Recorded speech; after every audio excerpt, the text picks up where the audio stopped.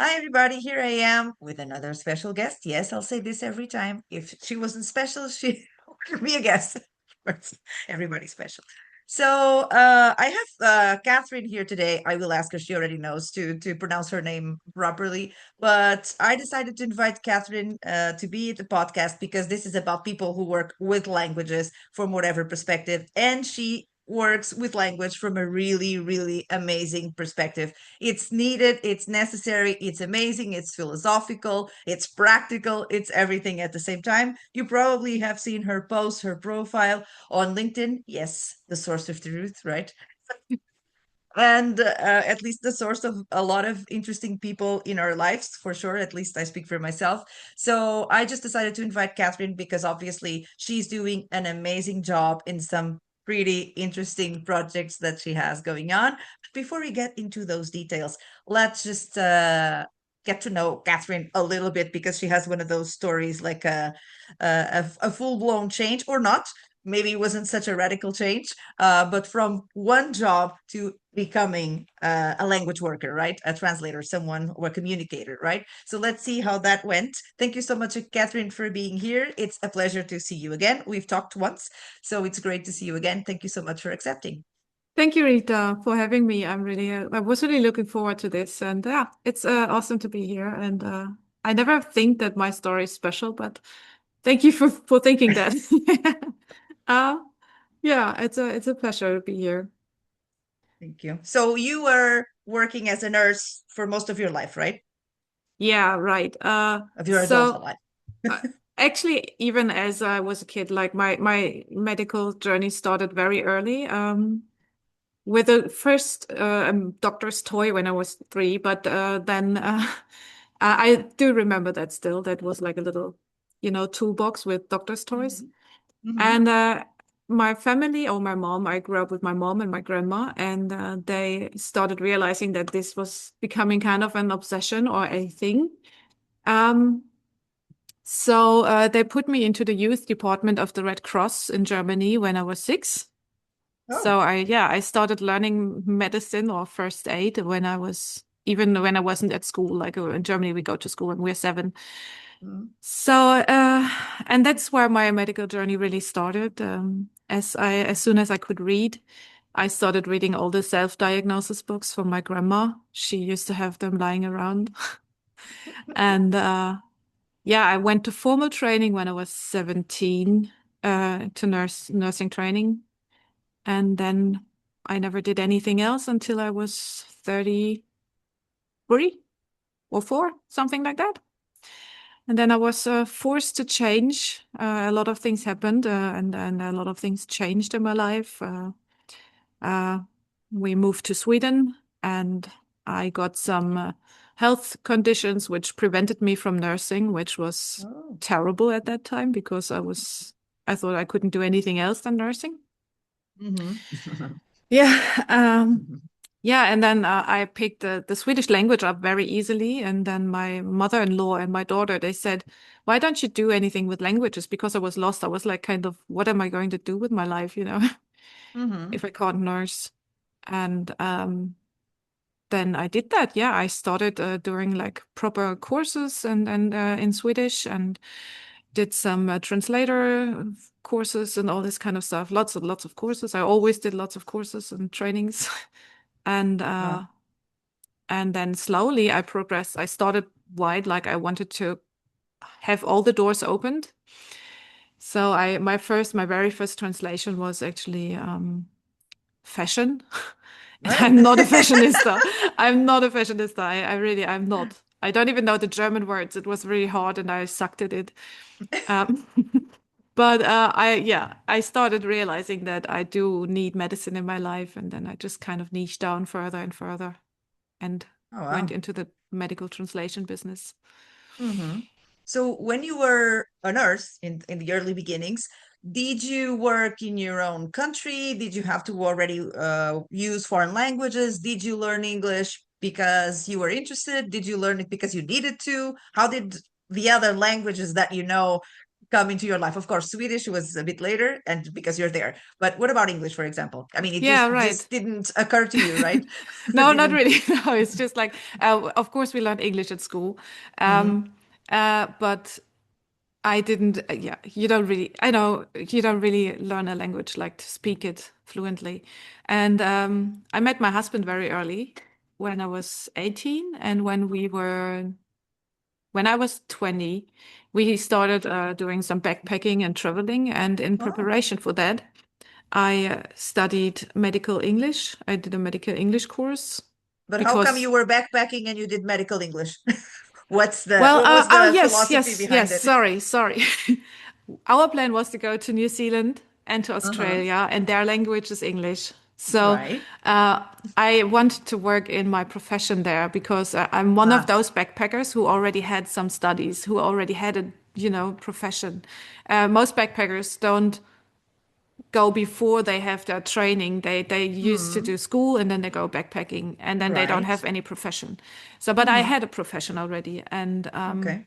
I was passionate about it, and I wanted to do nursing in other countries as well and see how is it working there, how are the So like systems working. temporarily, right? The idea was to work there temporarily as Yeah, a visitor, I guess. And then yeah. you would see what the story was, you would decide. Yeah, that was the idea. Like the idea was 1 year New Zealand, 1 year Australia, check it out. And I mean, lots of Germans did that back in those days and still do. Um, it's called work and travel. And lots of Europeans actually do that. It's a very common thing to do that here when once you're done with school. Mm, And the idea was to go there to visit, to earn some money, and then use this of money course. to travel as well. And Hmm. it's best to have, like, if you have a profession, then it's best to work in your profession because then you would earn most of the money. Yeah, those fruit picker jobs, they don't Mm, give you a lot of money. of course. Yeah. And, but I didn't want to, like, I did want to be prepared to go there. And that's why I did the medical English course Okay, in now it, makes like, sense. before we traveled. Yeah. Uh, yeah. And then I worked in rest homes in New Zealand and Australia. Of course, also in cafes and bars in between, and was fun too. But I did see how the system works, and yeah, big changes, big differences to Germany. Mm. Not all bad, not all good. Right. I mean, healthcare systems suck everywhere, if I can be honest. Yeah, and then we came back to Germany, and then actually, I never wanted, or we both didn't want to come back to Germany Mm, because we don't feel so German. okay. Yes. But we moved back, and then 12 years later, we moved to Sweden. It's a Ah, very short version of it. Yeah. right. And I offer also Latin to German translations. Yes, I was looking at that and I was a bit like, okay, we have to mention this Latin here in the middle of Yeah. the languages that are alive. There is a dead one. Right, there's that one, right? I keep getting asked about that, which is why I'm mentioning it. Of I course. always forget about it that I do that, but I have this one client. It's Mm, Imaios. I'm allowed to tell them to talk about it, and they have a really amazing platform where you can go like through CTs or X-rays, and then you scroll through, and you have all the Latin names there, and I'm translating those names into German. mm, Yeah. So this is Latin is a dead language. It's not a language that I right. don't translate books or anything. But those special medical terms, I would translate Uh-huh. them. Yeah. Yeah, So that's what I thought a little bit. yeah. Let's face it. Yeah, that's I was that's not what it expecting is. you to go and translate extensive books and dialogues and things that Yeah, are happening yeah. right now in technology. Yeah. That But would be interesting though. people ask me, people don't like, of course, how do they know? Yeah. So it's good to clarify that. Yeah. Yeah, because basically medical related technical names really are usually in Latin, or I guess there's Or probably Greek, some yeah. Greek roots root too, but usually in Latin for whatever was actually decided by the community, I guess, in the 18th century. So that has Yeah. there's a lot of ties to terminology when it comes to that. So it's interesting to me. So that's great. So when you then were faced with not being able to do the thing that you usually do, then how did you go from not knowing what to do to deciding to work in languages and then having the first few projects, including that one in fashion, right? So there was something that happened in between so that you could somehow trace a new path, right? So you thought Yeah. about it and then you acted on it, I suppose. Yeah, I'm a very active person. It's like I always need a plan, and when I don't have a plan, I feel lost, and then I don't like to feel lost. But I Okay. did feel lost for a few months actually. When I mean, I got my diagnosis with, and then the doctor said you shouldn't do nursing anymore. It's nothing so serious, but it's just that it's something with my back. So I'm not dying or Mm-hmm. anything. It's It's just very active. It's very demanding from physical exactly. activity. Mm-hmm. And I have like when I saw my MRI, I say record, it was like, oh my God, I'm not 70, am I? So my bones are really not well. Let's say this. Mm-hmm. And anyway, they said I shouldn't work in my profession anymore. And then the hospital I worked in, they gave me another position. Luckily, I was really glad. They were looking for someone who would build up a bed management, we called it. So I would build something that would manage the incoming and outgoing patients. Because I used to Mm-hmm. work in the ER, in the emergency room, and we always had the trouble that people were stuck there for hours because we didn't know when the beds were, empty for like when Right. patient went home and then the next patient can come. And this was crazy. It was a mess, really. So they gave me the position and they asked me if I would like to do that. And it was like the first kind of job in that I did do a lot of management for my team. I did Mm-hmm. that, but not in that kind of big scale. Anyway, I seem to do quite a good job because it's still running. That's 5 years ago, and the Mm-hmm. people are still working with it. But at the same time, we were like deciding, okay, now we leave Germany. It was the Corona times. It was kids being at home for almost 3 years. My husband being trying to work and homeschool and the kindergarten kid, and this was crazy times. So we decided to leave for good because we never felt like we belong anyway. And then we went to Sweden, and the first school year, I was working at the school of my kids to kind of Mm-hmm. guide them through the process, the change, and all this stuff. And I was lucky enough to get a job there.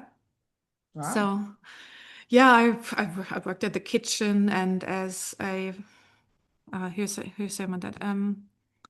that the staff who looks after the kids in the afternoons, like Right. not a teacher, but the Yeah. yeah. I think Mm-hmm. you would say teacher in English, but I'm not a It's teacher. possible. Yeah, so I was looking after kids and cooked for them. It was a tiny school, really tiny school with 80 kids. And there I learned Swedish. And then in this process, as I said, my daughter, my mother-in-law, they came visit us and they were like, "Oh, your Swedish is great already. How did you do that?" So, and then they triggered me. And then actually, I saw a post on Facebook from the Translator Academy. Mm-hmm. And I saw it a few times. And Inge-Lise was just talking to me. She's like, you have a passion and you like languages and all this stuff, and I felt like, oh, she's talking to me, right? So I'm not a Facebook fan. I'm not Facebook is not for me, but in Sweden, you can't survive without Facebook. That's why I had it. Oh, Yeah, it's very common thing to have Facebook here.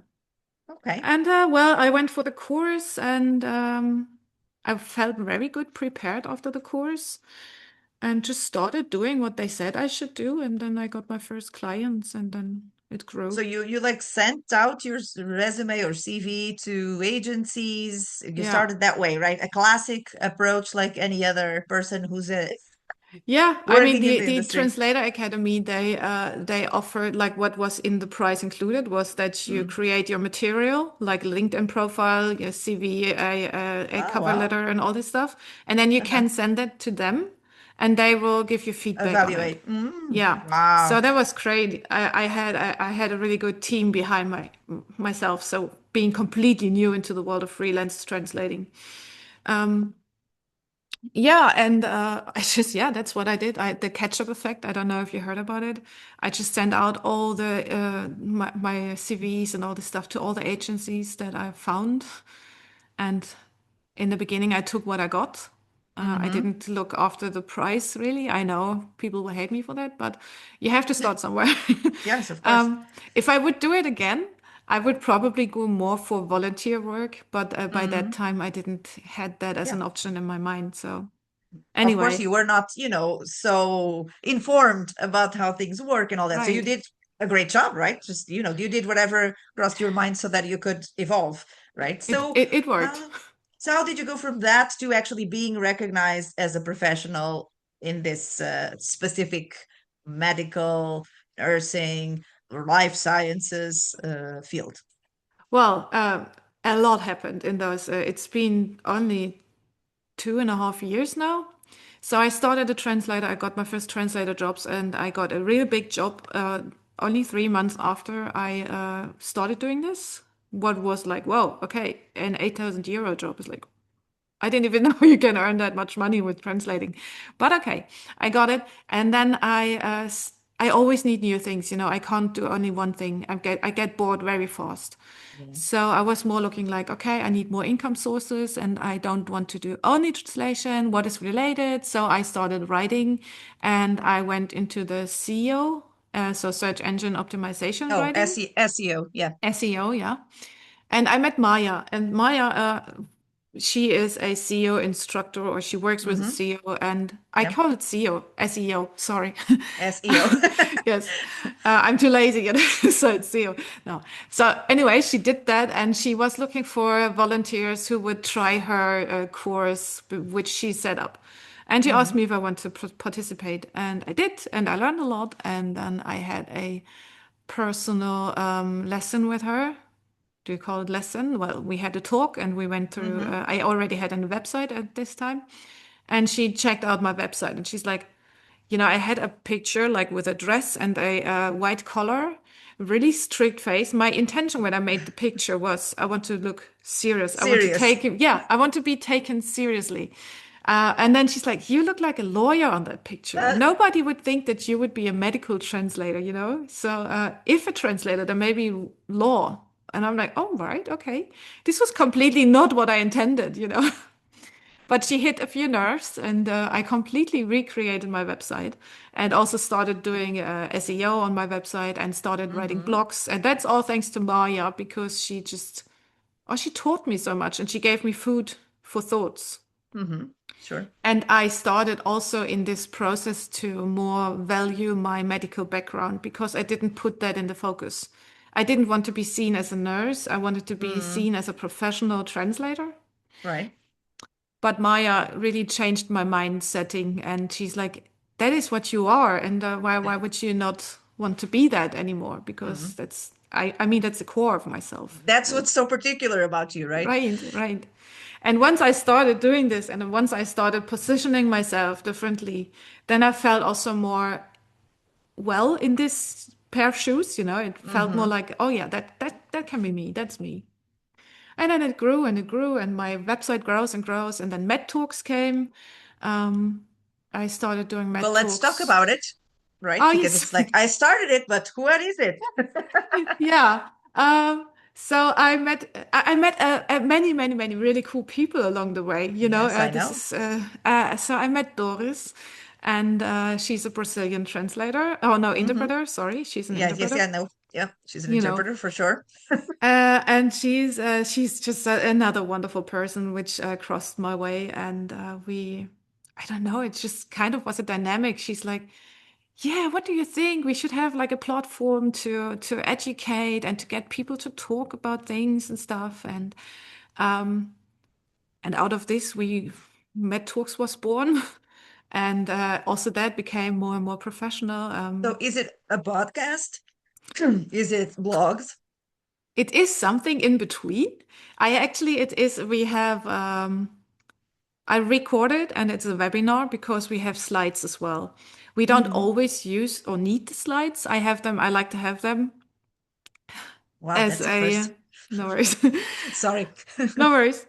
I like to have the slides as a supportive visual. This is Mm-hmm. why it's a webinar.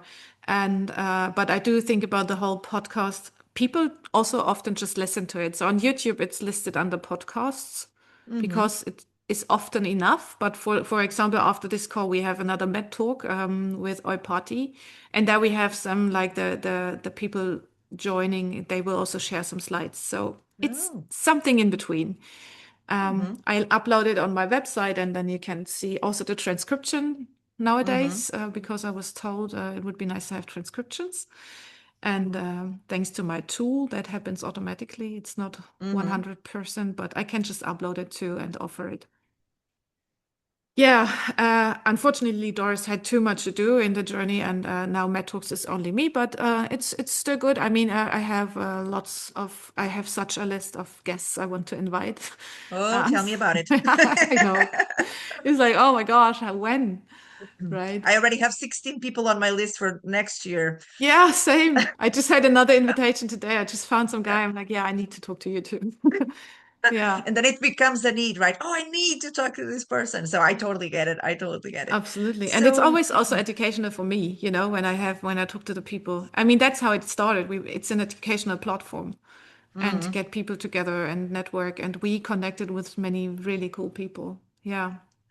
Yeah, that's the whole idea of creating something. Yeah. You start by doing it yourself. I mean, I never did because I've always, all my episodes are always with somebody else. Yeah, that was the But same. Yeah. yeah, but I guess I could shake it up a little bit from now on, and I have a few ideas to introduce like the solo episodes finally.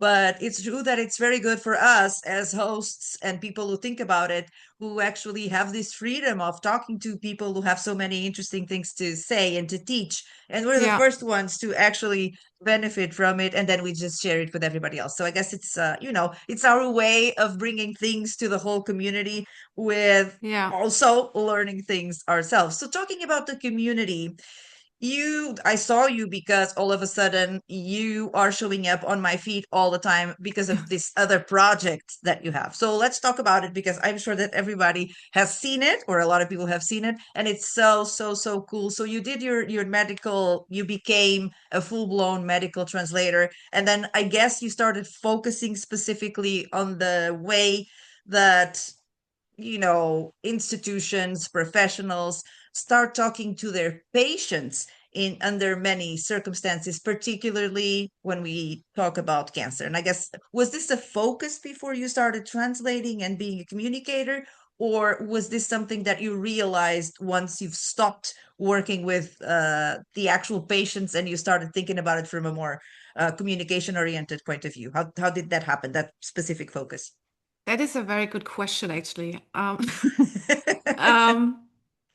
well, I was never a plain cancer nurse, only working Hmm. with cancer patients, but of course, I had lots of cancer patients during my career. I was actively nursing for over 20 years. And when I started my blog, writing my blog, all those memories came up and all those traumas and all those people I guided in their journey. And what came up most were cancer patients that stuck in my head. And Hmm. somehow I believe that things come to you when it's ripe, when time is up for it to come Hmm. to you. And the same is like more and more clients came to me for the translation, and that was always related about cancer, MS, and clinical trials with rare diseases, and obviously MS is multiple multiple sclerosis, I sclerosis. imagine. Yes. So I had that too as a main focus. And when you work in clinical trials, you have many rare diseases and many clinical trials, like so many are about cancer. So Hmm. everything just came kind of together. And even though I'm a nurse, I don't know everything about cancer. So I had to look up things all the time. And I'm really bad at memorizing stuff. So I kept writing it down. So I kept writing down the biomarkers, which biomarker is for what. And just because I didn't have to know that, but I wanted to know to really translate the text into something that is useful. And you need to know what you're writing about. So I kept writing it up, and then I kept posting about cancer language. And it came more and more to my like when you go to clinical trials, you're more like, okay, this is not patient friendly. You know, how is a patient in this state? Like, I remember once I translated a phase one trial informed consent form, Mhm. and uh, s- the side effects, the adverse effects that were written there were so harsh. They were so bad, and I started crying on my desk because I saw the patient sitting here. I know what those patients look like. They were finally ill, you know, it's like stage 4 and no hope. And this was this kind for this study was for this kind of patients, you know, when you could see at the inclusion criteria. And I had in mind how sick they are, how badly they can concentrate.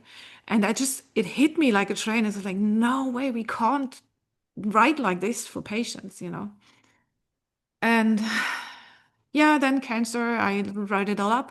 And then I actually wanted to start writing a more blogs about cancer language. And became bigger and bigger and bigger. And my folder became bigger and bigger and bigger. I'm like, okay, this could actually also be a book.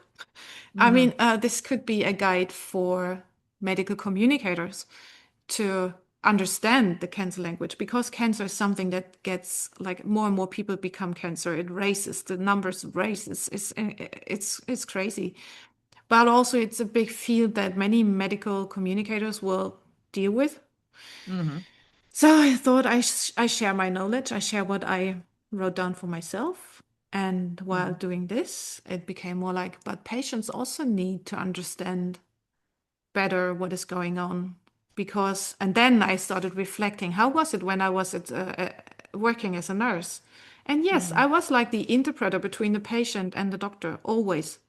The doctor Mhm. would say blah blah blah and the patient would understand Mhm. nothing, and I would say the doctor just said that, you know. So I did that actually always already. So you were like a mediator. So you're used to that role, and you Yeah, realized that that could be something that you could bring a lot of value into.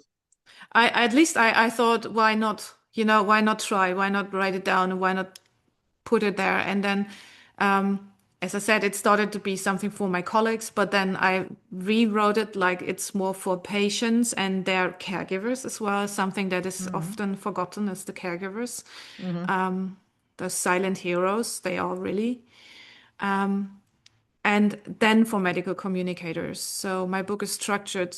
It's written for patients, and then you will find a section with extra tips and tricks for medical communicators. And this way, I try to serve everyone involved in the process. Mhm.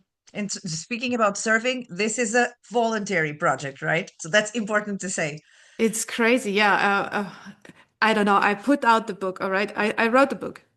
Then Mhm. I met Mark and Noor, and we talked about it. And then they are like, yeah, we're just opening the Art of Diversity Press, and we would love your book to be published under our name.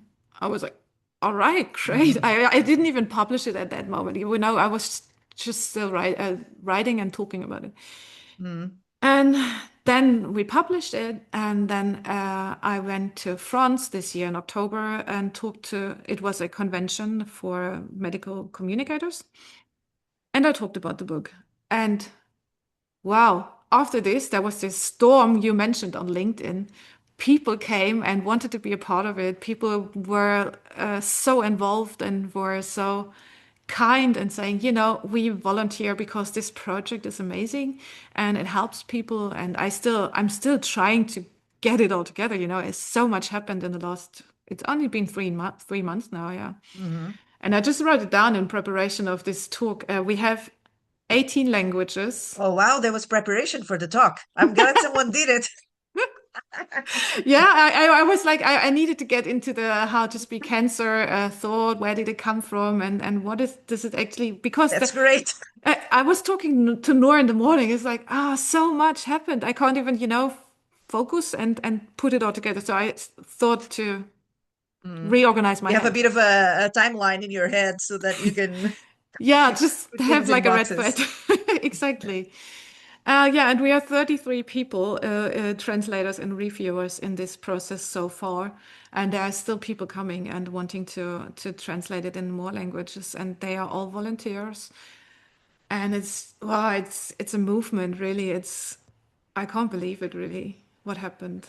Yeah. So that shows us the need that everybody's feeling, either if they have been touched by cancer in their families or themselves, or from a communication point of view, because we all understand the urgency, right? And the need and the amazing work that is done when you actually pay a lot of attention and put the focus on the patient, because usually, medical jargon, the whole Yeah. thing, I've been to the through the process a little bit, because I was going with my person to their consultations and all of that. And of course, you have to pay a lot of attention. And patients are usually, like you mentioned, and this is what I witnessed too, in a state of mind where they don't want to necessarily deal with the details and the technical things. So I was there a bit more in that role.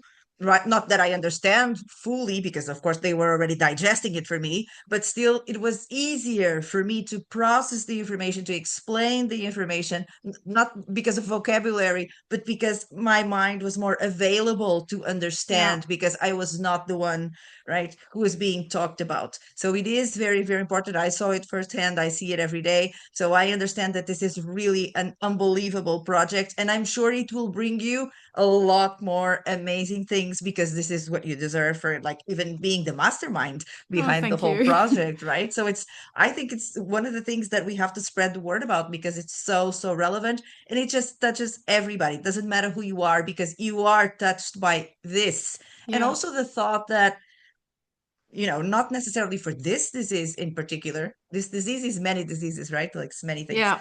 Yeah. But the whole idea of focusing on the patient and the patient needs when they are going through their process, whatever it is really a new mindset that should be Yeah. also, I'm sure this will inspire other groups or other people, or even other people who are in languages and are also patients for other Yeah. diseases, right? So a lot of them are advocates, I guess that's what you call it, for their Yeah. own diseases, because they understand this need for someone who understands both the language that it's being spoken, and then the effects and all that come from, living with whatever you have, because it's many, many diseases, and Yeah. everything in general that comes from hospitals and doctors should really be treated in a very special way, because once you know that you have something, your state of mind is a little bit less receptive, I would say, because you have to all of a sudden start looking at yourself and start worrying about yourself, right?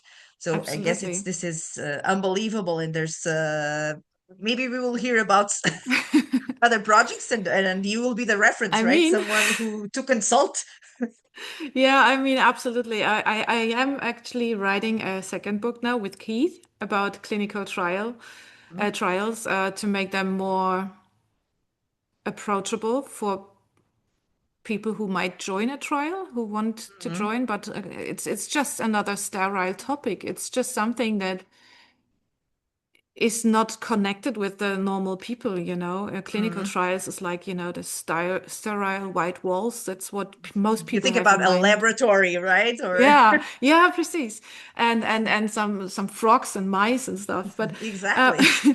there is so much more about it, and we wrap this information about what clinical trials are and all the stuff that needs to know about a clinical trial. We wrap that in stories from people who are in clinical trials, from people who are working with clinical trials, Mm. to make it again more human, to show that medicine is not just laboratories. It's there are people working in there for people, you know. And Mm. that's the same with any medical language. I was asked from one of my wonderful how to speak cancer family members if I would consider writing a book about type 1 diabetes in the same style. And I have many, many ideas what I could write about cardiac I can diseases, you only know. imagine, right? It's the whole Yeah, range of possibilities, I suppose. just, you So know, it's that like the a first book. collection, right? How to speak, Yeah, and exactly. then That's what I have in mind. How to speak type 1 diabetes, how to speak cardiac conditions, whatever. Yeah. So there's many things. I'm not a pro in everything, but you learn, you know, and but I you're now have building a colleagues. team. right? You're Exactly, building a team exactly. around you. I suppose some of them are professionals in language fields, other are in other professionals. So it's since you're the Yeah, uniting point, right? Like the yeah, beacon, as they say. So yeah, then I guess you can then, help people, other people, because it cannot be you doing the description everything. Yeah, and all of it for everything. But I'm yeah. sure that you could be, it's a full-blown project that you can take for the rest of your life.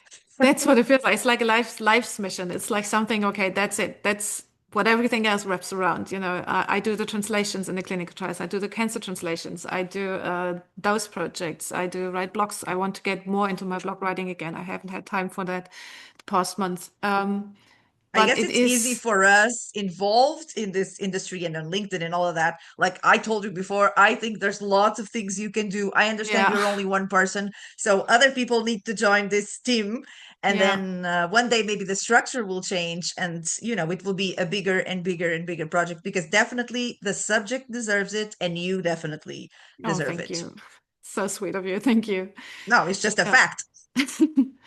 Yeah, I never see myself like that. It's just I'm just doing what I do, It's I was just today thinking I keep hearing that this is all really amazing what I do, and it's like I couldn't do anything else, I could not do it. And once I something sticks in my Since you head, were then 6, right? Since you were 6, you were thinking about 3. no, seriously, yeah. I was when I was 8, or when I was a child, maybe I shared that story too. I had severe migraine attacks until I was adult. It called juvenile migraines. And so I had every week, at least once, I wasn't at school because I had a migraine. It was really, Oh. really, really intense. And I started reading the books for my grandma, and then there was the brain tumor. This is where cancer started, actually, in my mind. And there was the brain tumor section, and all the symptoms like the dizziness, the headaches, the not feeling well, and stuff. With 8 years, I understood already this is what I have.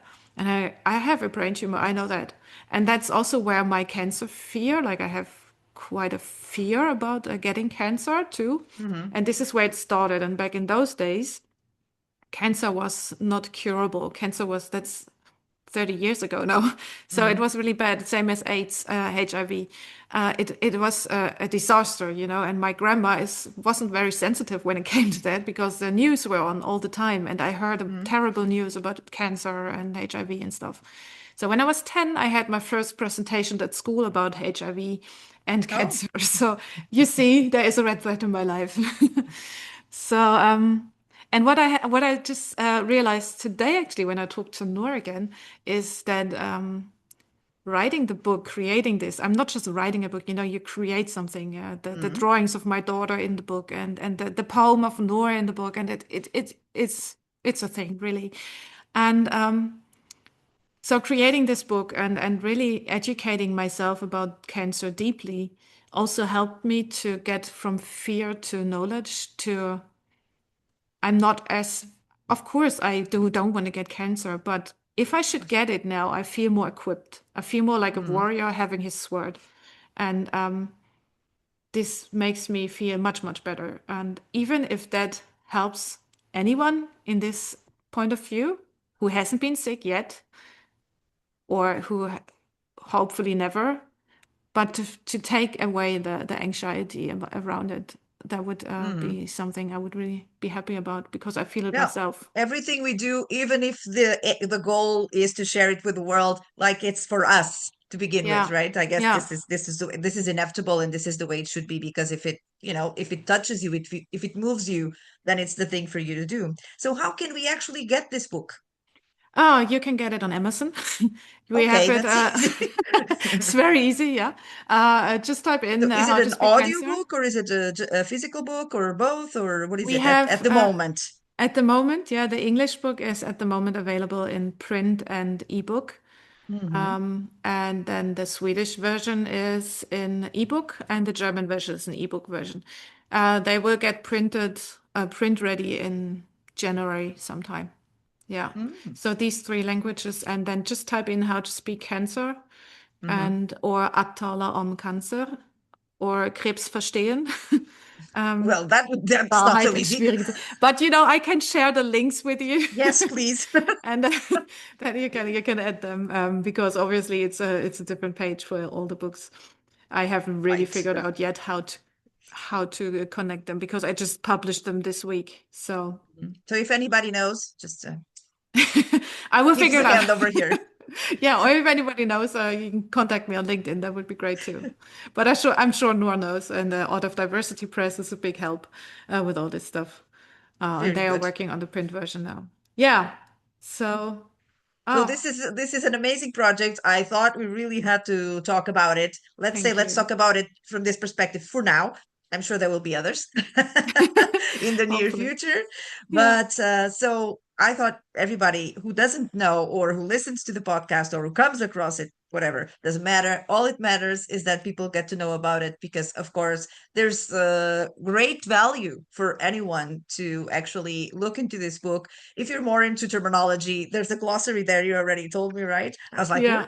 That's so necessary. I think glossaries should be everywhere. But Yeah, and in all the versions which are not English, you even have the glossary in the, you know, in Mhm, German and English in the German book. So you right. have already, yeah, Yeah, so this is a a term thing I base. think should be everywhere, and government documents, hospital documents, because I mean, most people do not know Yeah, jargon, right? And it's yeah, inevitable sometimes in some circumstances that you use it, and therefore it needs to be somewhere because people need to be able to understand what you're talking about. Or they might think they know and they don't, or they might think that they don't and they do.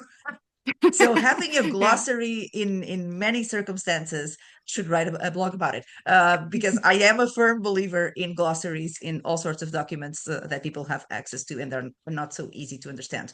So thank you so much, Catherine. This has been Thank amazing, you. right? Thank you so We I much. hope to talk to you very soon again about this and other subjects. Thank you so much for being here. I know you have lots to do. I know you have other recordings to do right after this. So everybody, look for Catherine's work everywhere. LinkedIn is your universe in a Yeah, nutshell, that's true. right? You can find anything there. But of course, I'll also have the links and profile and all of that under anything that I publish about this episode. So thank you so much for being here, Catherine, and good luck with all of your amazing projects for the present and the future. And we will see you around because I'm sure that's exactly what's going to happen. Thank you so much. Wonderful. Thank you for the opportunity to talk about it. I really appreciate it.